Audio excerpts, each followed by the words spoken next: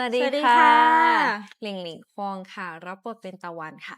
ออมกรอาภัทรนะคะรับบทเป็นไอร่าค่ะพวกเราเป็นตัวแทนนักแสดงจากเรื่องเพียงเธอค่ะเพียงเธอเป็นเรื่องราวเกี่ยวกับอะไรเหรอคะเพียงเธอนะคะเป็นเรื่องราวเกี่ยวกับบอดี้การ์ดสาวแล้วก็ไอดอลสาวนะคะที่ตอนเด็กๆเนี่ยเคยรู้จักกันตกหลุมรักกันใชแต่ด้วย่เหตุการณ์บางอย่างทำให้เราแยกจากกันจนกระทั่งเราได้กลับมาเจอกันด้วยหน้าที่ของบริการดมันก็จะมีกฎเกณฑ์ที่เราต้องรักษาไว้ส่วนเขาก็คือคนที่ตกอยู่ในอันตรายที่เราต้องปกป้องด้วยแบบชีวิตของเราใช่ตัวละครทั้งสองเป็นยังไงคะเริ่มจากน้องไอร่าก่อนเหรอ ไอร่าก่อนก็ได้ค่ะก็น้องไอล่าเขาจะเป็นคนที่ค่อนข้างเอาแต่ใจตัวเองค่อนข้าง independent เพราะว่าด้วยความที่เขาโตมากับคุณพ่อที่ให้ความรักเขาเต็มที่อะไรอย่างเงี้ยเพราะฉะนั้นชีวิตเขาจะไม่ขาดอะไรเลยในการที่จะมาเป็นตัวไอล่าเนี่ยออมต้องแบบเสริมสร้างความมั่นใจให้ตัวออมเองอะในการที่จะแบบเล่นน้องไอล่าออกมาให้แบบดูมีความมั่นใจขนาดนั้นอะไรอย่างเงี้ยซึ่งในความเป็นจริงอะออมไม่เป็นคนมั่นใจ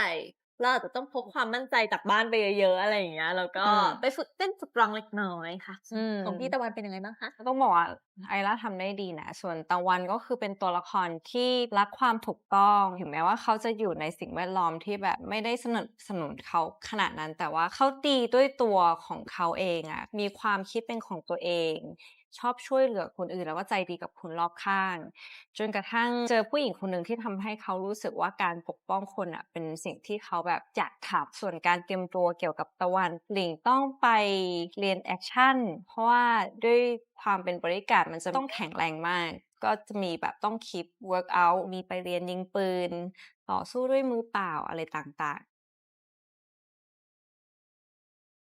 เหตุผลที่ทุกคนห้ามพลาดซีรีส์เพียงเธอนะคะเรื่องนี้เนี่ยมันเป็นซีรีส์ที่เป็นแนวใหม่ของ Sapphic เลยมันเป็นเหมือนการที่พวกเราสองคนออกมานอกคอมฟอร์ตโซนอืด้วยอะไรอย่างเงี้ยมพอเราทำผลงานออกมาเราก็เลยอยากให้มันออกมาดีที่สุดเพื่อคนดูจะได้เอนจอยกับมันมากที่สุดเพราะฉะนั้นหวังว่าทุกคนจะชอบนะคะส่วนในด้านของโพรดักชันจริงๆต้องบอกว่าเราคุ้นเคยกับทีมไม่ว่าจะเป็นพี่นายผู้กำกับทีมตากล้องทีมไฟ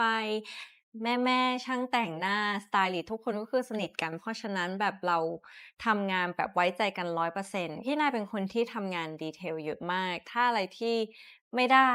พี่นายก็จะไม่ปล่อยผ่านเพราะฉะนั้นเรามั่นใจว่าซีรีส์เพียงเธอเป็นอีกผลงานหนึ่งของพี่นายที่น่าจับตามองมันมีรายละเอียด detail เยอะมากที่อยู่ในตัวละครแต่ละคนก็คือทุ่มเทพยายามฝึกฝนเพื่อตัวละครก็ขอฝากเพียงเธอด้วยนะคะขอฝากเพียงเธอด้วยนะคะทุกคนทุ่มแรงกายแรงใจสุดอืมๆเมามา5เข้าเรื่องเรื่องลับจากกองซีรีส์เพีเพียงเธอยงเธอเรื่องที่1พี่หลิงต้องเป็นคนเล่าหมดเลยเนี่ยทำไมอะ เรื่องที่จะมีพี่หลิงก็เป็นคนหันไปเจอคือมันจะมีซีนหนึ่งซึ่งเป็นซีนอารมณ์ตัวตะวันโกรธมากตัวสมิธเองอะคือจะมาห้ามหลีกเพื่อที่จะไม่ให้ไปทำไม่ดีเสร็จปุ๊บกำลังจะโมโหมากแล้วคือมันมีแอกชันนิดๆหน่อยๆกับสมิธอะค่ะพอแบบหันไปพี่สมิธก็ต้องหันไปปุ๊บแล้วเขาก็อะคือมันคลิปโลจะมีแอกชันก็ที่แบบคือให้หยุดไว้ก่อนแล้วเขาจะมาหยดเลือดแล้วพอสมิธหันขึ้นมา1 2 3สมิธเลือดไหลออกแบบปรื๊เหมือนแต่งด หน้า Halloween อะจริงๆมันไม่ควรไหลขนาดนั้นเพราะมันแค่ต่อยมันควรช้ำแบบเลือดซึมนิดๆแต่นางก็คือแบบอาจจะด้วยไม่รู้ตัวนางก็ทำแบบซีเรียสอะเข้าใจไหมคือสถานการณ์มันซีเรียสมากลิงก็แบบอะไรดีวะคือการพูดบทอะมันพูดด้วยความรู้สึกอะลิงก็เลยพูดไปว่าไปโรงพยาบาลก่อนไหมไปโรงพยาบาลก่อนไหม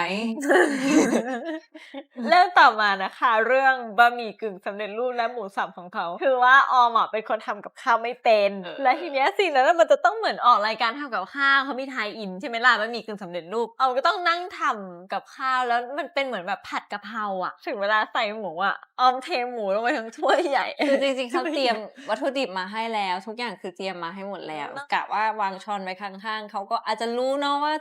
แค่ตักหมูสับลงไปนิดหน่อยอะไรคุณเขาแบบหยิบมาแล้วก็ปุ๊บ สุดท้ายก็คือผัดหมูลงไปหมดเลยทั้งชามอะไรอย่างเงี้ย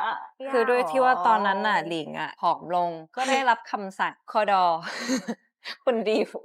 ว่าหลิงให้กินเยอะขึ้นนะหลิงก็ดีใจมากเรื่องกินหลิงถนัดอยู่แล้วทีเนี้ยก็จะมีขนมอันหนึ่งที่แบบโอ้โฮอร่อยมากก็กินไม่หยุดจนพี่นายบอกว่าสั่งทุกคนในกองว่าถ้าใครเห็นหลิงกินจะโดนทำโทษจนกระทั่งเขาเขียนชื่อหลิงอะว่าของหลิงห้ามกินนะคะ เพราะพี่หลิงอะกินขนมอันเนี้ยเยอะมากจริงๆแล้วทั้งห่อใหญ่ๆอะห่อใหญ่เท่าตัวอย่างเงี้ยซีนที่เกือบจะเอาวิญญาณของออมไปคืออะไรคะ คือออมกลัวมากคือน้องออมอะเป็นคนที่ไม่ชอบเล่นเครื่องเล่นอะไรที่มันน่ากลัวเลยแล้วซีนนั้นอะหนูก็เลยคิดว่าเขาอะจะติดกล้องไว้หน้าเครื่องเล่นหนูก็บอกไปเพื่อ only you หนูทำได้ปรากฏพอหนูนั่งแล้วก็คิดไปคิดมาเฮ้ยแล้วกล้องไม่ติดไปกับเราเหรอพี่หลิงสรุปเขาเอาแค่ตอนออกหนูคิดว่าเขาจะเอาหน้าเราแบบว้ายแต่ อะ ห ไร ลิง อย่าง แค่ เงี้ย สงสัยว่าทำไมเขาถึงคิดว่าน้องออมอะชอบเล่นเครื่องเล่น เพราะว่าจริงๆ เรื่องนี้อะเขาอ้างอิงจากตัวเราด้วย ใช่อะแรนดอมลี่พูดขึ้นมาบอกว่าอ่ะงั้นหนูพูดมาแล้วหนูชอบไปสวนสนุกแล้วกันออมก็เลยเหมือนมันเป็นฉากที่ต้องคุยโทรศัพท์อยู่ข้างเดียวคือเราพูดใส่เขาแบบพูดโป้ยๆอะค่ะ ในบท แล้ว ใช่ หนู ไหม น่ะใช่แล้วหนูนะก็ชอบไปสวนสนุกหนูอยากไปเที่ยวมากเลยแต่ว่าคนเยอะเนี่ยมันจะต้องพูดอย่างนี้ คืออย่างนี้ พี่นายก็เป็นคนคิดให้ออมเองว่าอ่ะงั้นไปสวนสนุกละกันออมก็บอกโอเคงั้นออมจะตอบว่าไปสวนสนุกแล้วออกไปออมก็ร้องไห้ คือทีมงานข้างหลังบอกว่าอะไรเปียก น้ำตา ไม่รู้ว่าน้ำลาย คือเท่าที่จำได้อะคือตอนแรกก็แบบเราจะทำได้ก็จับมือพี่หลิงไว้นะ คือจะ ตน บอก ขึ้ นะ ไป ซีนเนี้ยคือที่ว่ามันจะมีระยะทางที่ขึ้นไปมันจะค่อยๆขึ้น เนี่ยมันจะเป็นอย่างนี้ใช่ไหม ตกลงมาอย่างเงี้ย เนี่ย ในระยะทางเนี้ย มัค่อ น้องอ้อมมีประมาณ10 อารมณ์ เราทำได้นี่ลงไปเราไม่ไหวแล้วมันจะมีประมาณเนี้ยประมาณ10 อารมณ์อะสวิง ออมไม่ได้ขึ้นมาเลยอะ ใช่ไม่เป็นไรนะมันผ่านมันไปด้วยดีแล้ว 10 อารมณ์ ครับผมถ้าได้สลับบทกันทั้งหลิงแล้วก็ออมอยากเป็นตัวละครตัวไหนมากที่สุดในซีรีส์เพนค่ะ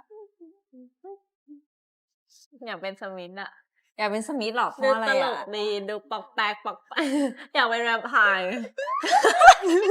รักจริงจังกับซีนนั้นนะจริงๆ แล้วหน้ารักจริงจังมากอยากให้เห็นหน้าเป็นอย่างเงี้ยบอสครับ อยากเป็นสมิธ หลิงเหรอหลิงอยากเป็นใครอ่ะไม่อยากเป็นไอร่าเพราะว่าต้องทั้งร้องทั้งเต้น หนู ใช่ ก็ไม่อยากเป็นพี่ตะวันเพราะว่าเราในยุ่งเลย มันต้องแข็งแรงนิดนึงอยากเป็นพ่อไอร่า ทำไม พ่อ อะ ดู คะ ใจดี แบบ ดู ใจ คาม ดี เนอะ ใช่ ชี ดู ดู แบบ คามอะ ใจดีมากอ่ะ อืม เข้าฉากกับพี่ลิวแล้วรู้สึกว่าโหถ้ามีพ่อใจดีแบบแต่จริง ๆ พ่อเราก็ใจดี เพราะเราก็สายเปย์เราก็ใจดีเหมือนกัน ใช่ก็รู้สึกว่าแบบ อยากเป็นตัวละครที่ใจดีอ่ะใช่ค่ะ ขอฝากซีรีส์เพียงเธอผลงานของพวกเราด้วยนะคะ เป็นซีรีส์ที่เราตั้งใจทำออกมามากๆเลยค่ะ ใช่แล้วค่ะ สามารถดูเพียงเธอได้แล้ววันนี้ที่ Netflix